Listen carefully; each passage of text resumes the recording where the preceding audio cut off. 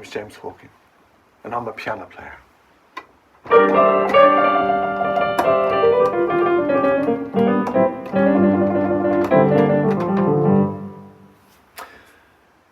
Sort of.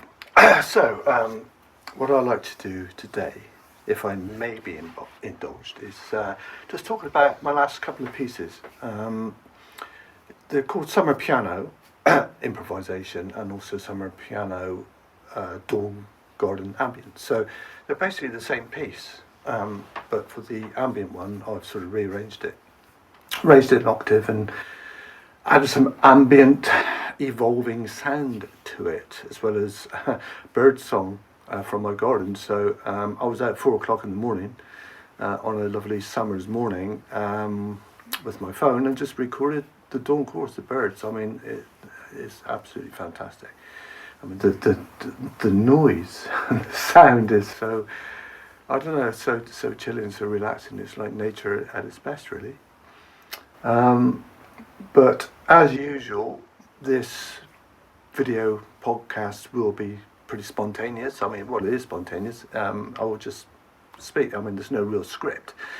I've got like a sort of framework in my head that I sort of want to adhere to, but I mean, it's all pretty free form, really. So how I want to start this really is that I'm part of a music artist community. A few, but one of the main one is something called New Artist Spotlight. And a member of that community just posted a link on the forum and tagged me in it and said, "James, what do you think of this?" And it was a freeform piano piece. It was just Virginia, known as Blues Trainer. I mean, do look up Blues Trainer. I mean, her voice is absolutely fantastic. The expression and feeling that she puts into her voice, into these bluesy songs. I mean, it's really fantastic. Recommend looking up Blues Trainer. Anyway, Virginia is her name, and she also plays the piano, and she does like to do improvised stuff. And I'd like to think that she may have got a little bit of inspiration from me, hence why she tagged me, because that's what I do in sort of spontaneous piano pieces. And the sound was it sounded like a rough old piano. It had a massive amount of character. And the piece was lovely, and the feeling and expression in it was absolutely epic. And the reason I sort of want to say about the sound of the piano, I mean, the piano was sincere, if you know what I mean. If an instrument can be sincere, the piano wanted to sound as the best that it could. And Virginia was like the operative in order to make that happen for the piano, and she certainly did. And it's like she got the best out of it. I mean, it tried its best, and it sounded absolutely fantastic. So what I'm trying to get at is like, it doesn't matter about what makes a sound. It's what goes into making that sound from the person making it. I mean, it's the feelings and it's the expression, and it's just the organic relationship between an organic thing and a possibly an inanimate thing, but it's not really inanimate because it moves. I mean, a piano moves. It has moving parts. Hang on a minute, this is making a bit of a noise. So.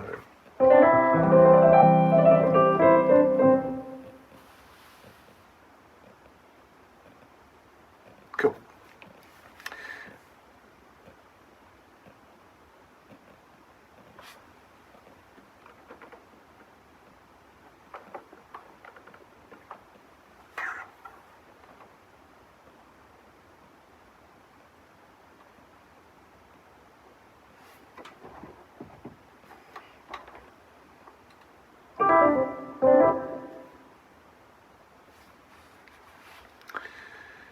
And so it doesn't matter what it is that's making a sound, it's the input from the artist or the operator, whatever you want to call it. So I sort of have this argument with people sometimes, especially with like DJs as they are now, in a club. All right. It seems to me that they have a little box of electronics, and they've got the buttons and their knobs, and they're making noises out of it. Not only that, but the DJ, he or she, is normally getting right into it, getting right into the music, feeling the music, feeling the vibe, and operating this piece of machinery, this device, accordingly. So there's a symbiotic relationship between the DJ and that box. There's also a symbiotic relationship between the DJ and the crowd. So there's a three-way thing. Tribiotic, I don't know, whatever the word is. So the crowd feeds back to the DJ. The DJ is interpreting that, making the noises accordingly, making the sound accordingly, altering the track accordingly, and then responding to more feedback. Also, the crowd then responding to what the DJ does. So it's got this sort of reactionary cycle, and it's an evolving thing. I mean, I assume at the end of it, you can tell I'm a club-going person, yeah. But I've seen videos of it on TikTok and YouTube. So, one of my favourites is Skrillex. Okay. And I've seen videos of him up there doing it, and it's like this cycle of reaction, and this build up, and presumably at the end of the night is this sort of calm down and wind down at the end. It's all relationship, it's all communication, and that is the art of music, in my view, is communication. So that little box is an instrument, is a musical instrument, same as a cello or a piano. Anything that makes a noise, and that noise is then organised in some way by a human or whatever, that's got to be a musical instrument, hasn't it? Even a computer. You know, this is talking about computerised music. Well, you know, you need human input to make that noise, and there is some creativity going on, even in the software, in the coding. I mean, let's take Aphex Twin. Okay, now he's passionate about electronic music, so he's come out with some software to make sort of different sounds, and how to alter and manipulate sounds. So there's Aphex Twin coding. I mean, he's an expert at coding. He's coding the software to do this. So in effect, he's been creative from his head into some code in order to make these noises. So that is music. That is an instrument, musical instrument. But then again, we can go back to the old-fashioned way, if you like, of my favourite, obviously, is a piano. And what goes into a piano is just like, well, it's just mind-blowing. I mean, the design of a piano from the very start. I mean, you've got to think of the wood that's going to be involved in making an acoustic piano. I mean, the choice of the wood, the resonance of the wood, the vibration of the wood, how it's going to react to the sound, what strings are you going to use, what are they going to be made out of, the actual mechanics of it, the physics, the science behind the framework that is containing these strings at a tension. I mean, there's quite a force, so you've got to know about forces. You've got to know about levers, because what about the mechanism of the hammers? You know, how's that going to be designed? How's that translated to the keys on a piano? What are the keys going to be made of? What's the touch going to be like? How is it going to react? I mean, what's the hammer's going to be made of? What's on there? The felt, what's that going to be made of? How's that going to sound? And then the piano forte, loud, soft, loud. So where's the dynamic range, and how's that going to completely translate into the movement of the keys? You know, how hard, how soft, the action. I mean, it is just mind-blowing what goes into the piano. Even like Virginia's Raffle piano, the same concept and the same physics, the same science, the same skill has to go into making that piano all the same as a £100,000, £1 million Steinway. I mean, it's the same, and it is just mind-blowing. So, and now of course we've got these electronic things, these digital pianos. So, you know,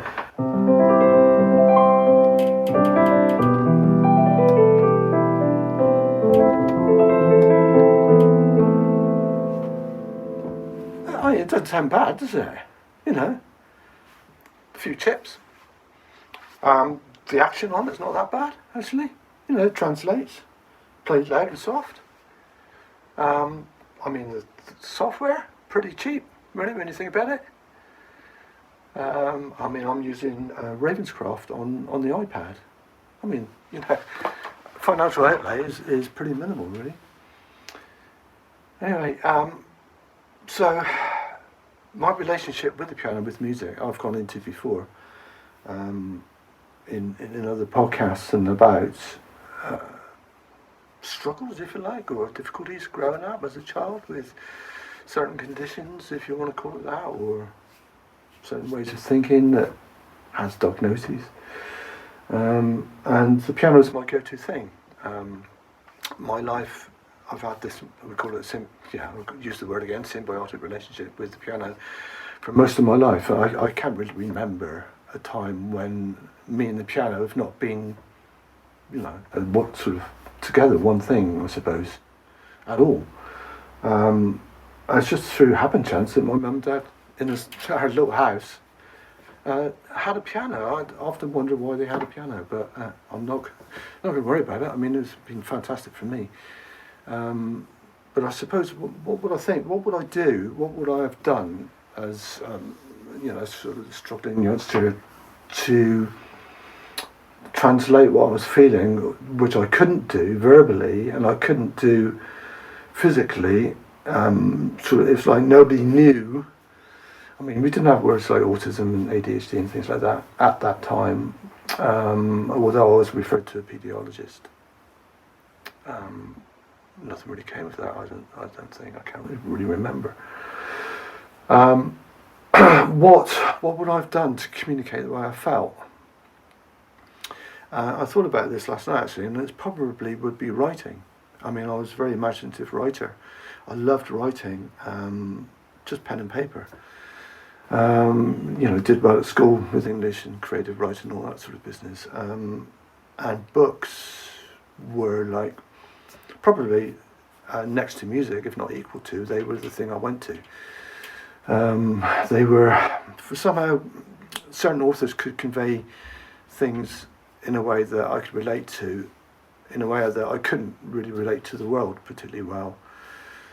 I was thinking of authors, probably in my teens, I was into books like Michael Moorcock, a sort of series of tales at the end of the world type of thing, where you can imagine in a million years' time where the human race is, you know, tales from the end of time, where we are and what we're going to be like.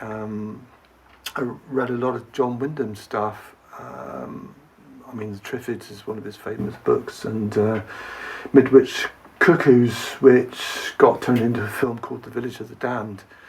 And I remember seeing that. I think it was made in black and white. It's sort of that old, and man, that is some scary film. I mean, you know, just the feel of the film,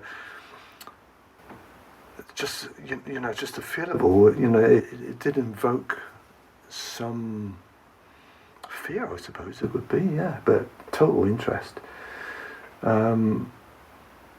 And so, yeah, probably that. And my love of books have just carried right on through my life. In our old cottage, it was only a small little cottage. I mean, it was rammed full of books. We got rid of a whole lot to charity because you know, you don't need books anymore because they're all available online. But I remember sort of a funny little tale, I suppose. Music's always been a side hustle, so I've always had to do other jobs, and one of the jobs was in the clayworks. I mean, I come from the clay villages in Cornwall and work in the clayworks, and part of my job there at one point was working in the labs. The labs are basically quality control, so the china clay that came in had to be tested for quality before it went out on the boats over to Europe into the paper mills. And one of my jobs with the labs was to go down to the docks, down to Foy docks, Par docks, and take samples. And so if you can imagine lorries full of China clay coming in, and they had to dump their load onto a massive conveyor belt into a big bin. That conveyor belt would then go onto the ship loader, and there's an operator operating it, and it just gets basically loaded onto a boat. Various sizes, a few thousand tons on a boat. And it's on a conveyor belt. My job was to just take, every now and again, take a little scoop and stick it in a bag. And at the end of the day, we used to take the bags back to the lab, and it had to be tested for quality. And these scoops I had to do was very few and far in between. You can imagine the lorries coming in. I mean, they weren't that fast. So I had plenty of time hanging around, and I had a van, obviously with the gear and everything, with the James Brothers. I mean, we were gigging musicians, so I had a van and everything. I could park my van right next to the conveyor belt, basically on the quay, on the docks, and I had the van stuffed full of books. Now, they were in every conceivable orifice, right?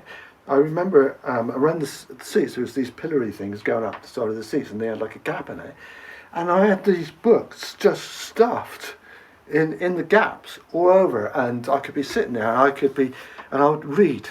I may have been there for 6 hours, and all that time, apart from taking my scoops, I would be reading non-stop, and I had this library in my van with me. It was amazing. I learned so much, and also probably at the time, I was learning the Cornish language as well, and I was able to learn that at the same time. Yeah, it's pretty amazing. Anyway, these pieces, right? I'm getting around to it. I'm sorry. Summer piano, spontaneous pieces, just improvisation. In the summer, of course, I'm really imaginative with the titles of my tracks. So I called the first one "Summer Piano Improv." It sort of goes like this. If I can remember. So, upload.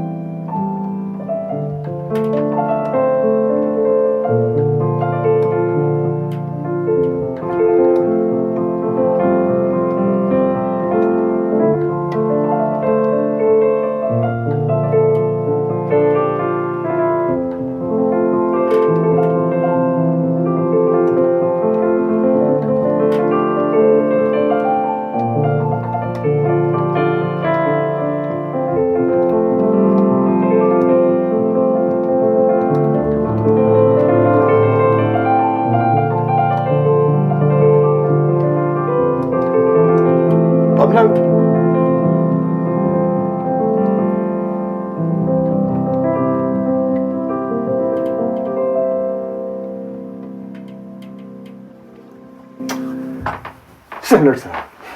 Anyway, so that's basically it. But now I've got a new release out. I've called it Summer Piano, in brackets, Dawn Garden Ambience. So as I say, sat in the garden, recording the birds. I've moved it up an octave, so what are we up here now?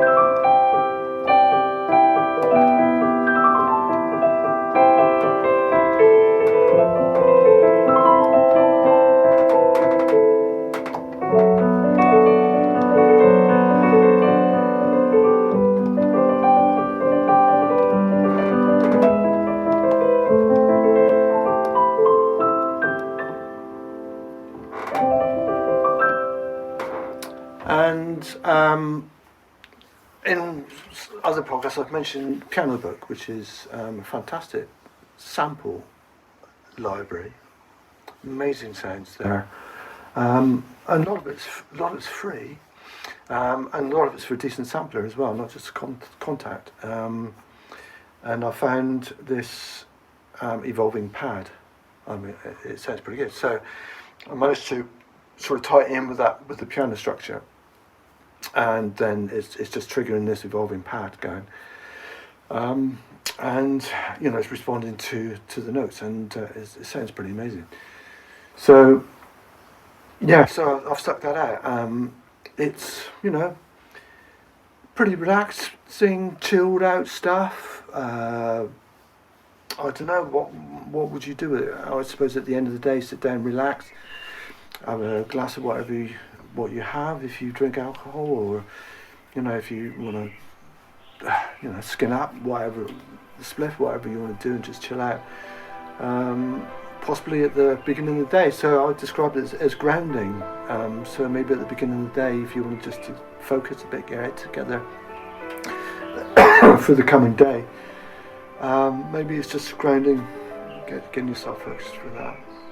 Anyway, I hope you enjoy the track, mostly. Thank you very much for listening to me waffle on about stuff again, and hopefully I'll see you soon. Right, take care, bye.